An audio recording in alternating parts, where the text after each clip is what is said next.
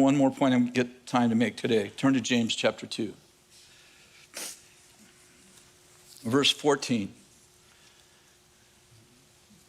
James is talking about works, and he said, what use is it, my brethren, if someone says he has faith, but he has no works? Can his faith save him? If a brother or sister is without clothing and in need of daily food, and one says to him, go in peace, be warmed and filled, and yet you do not give them what is necessary for their body, what use is that? Even so, faith, if it has no works, is dead. Everybody say, is dead. Being by itself. He goes on in verse 18 and 19 to say that faith, he said, you say, I have faith. No, sorry. For someone may well say, you have faith and I have works. Show me your faith without your works, and I'll show you my faith by my works. He goes on to say, you believe that God is one? You do well, but the demons believe that and shudder. Are you willing to recognize, you foolish fellow, that faith without works is useless? Was not Abraham our father justified by works when he offered Isaac, his son, on the altar? You see his works. You see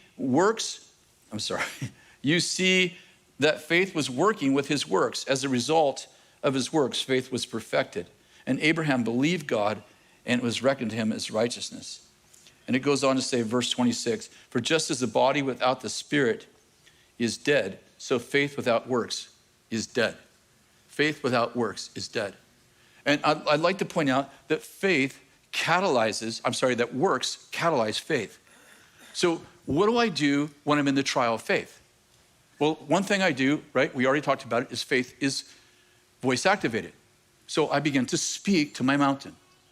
Are you with me? I cultivate the garden of faith by isolating myself at times from words of doubt and feeding myself with testimonies and prophecies. Are you with me?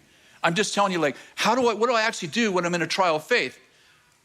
I begin to feed myself with testimonies and prophecies. I isolate myself from doubters. I'm not saying forever, but when I'm in a crisis of faith, right? I begin to speak to my mountains. And here's the third key. I bring about works that catalyze my faith. When I was a young man in high school, I took an arts class and they taught us how to work with resin. Has anyone ever here worked with resin before? If you haven't, I'll give you a little hint.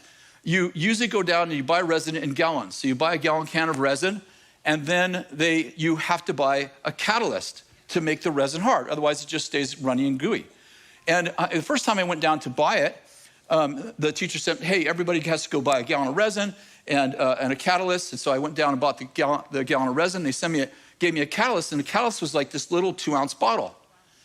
And like, having never worked with it before, I'm like, I'm sorry, I got a gallon of resin. I'm gonna need the catalyst. And the guy's like, yeah, that catalyst, that will catalyze your entire gallon. And he explained to me that you pour the resin in and you put just a few drops of catalyst, and you mix it up. And if you put too much catalyst in it, it'll get hot and crack. If you don't put enough in it, it'll stay sticky and gooey. Have you ever ate at a restaurant where the top of the tables were sticky? It's because they used resin and they didn't put enough hardener in it. And what I'm getting at is that it just takes a few drops of catalyst to make the resin hard. But if you don't have those, you just have goo. Listen, if you have faith, but you don't put a few drops of works in there, you just have goo. You just have goo. And what I'm getting at is that faith is actually catalyzed through works. James put it profoundly. He said, faith without works is like a body with no spirit. I mean, that is a profound statement. Like, your body without your spirit is dead. And he said, if you say you have faith, but that faith doesn't move you to action, that faith you say you have is completely dead, useless, put on the shelf. It is not working in your life. If I say I believe my son is coming home, but I don't actionize that belief, I don't pray for my son to come home, maybe I send him a text, And you're like, I don't send him a text. He's not going to text me back. You're not texting him so that you can catalyze your relationship first. You're texting him so you can catalyze your faith. You may text him 100 times before he ever does anything. You're not texting him to first build a connection. You're texting him first to build a catalyst into the invisible realm so that you say, angels, go. I have catalyzed the word of the Lord. I have moved in action, and I'm waiting for you to do what you said you'd do when I said I'd do. Are you with me? Maybe I set a table for him. Maybe I make his favorite meal and I put it in the freezer. I'm like, he's going to come home. I'm killing the fattened calf, metaphorically speaking. I'm pointing out the physical obedience brings spiritual release.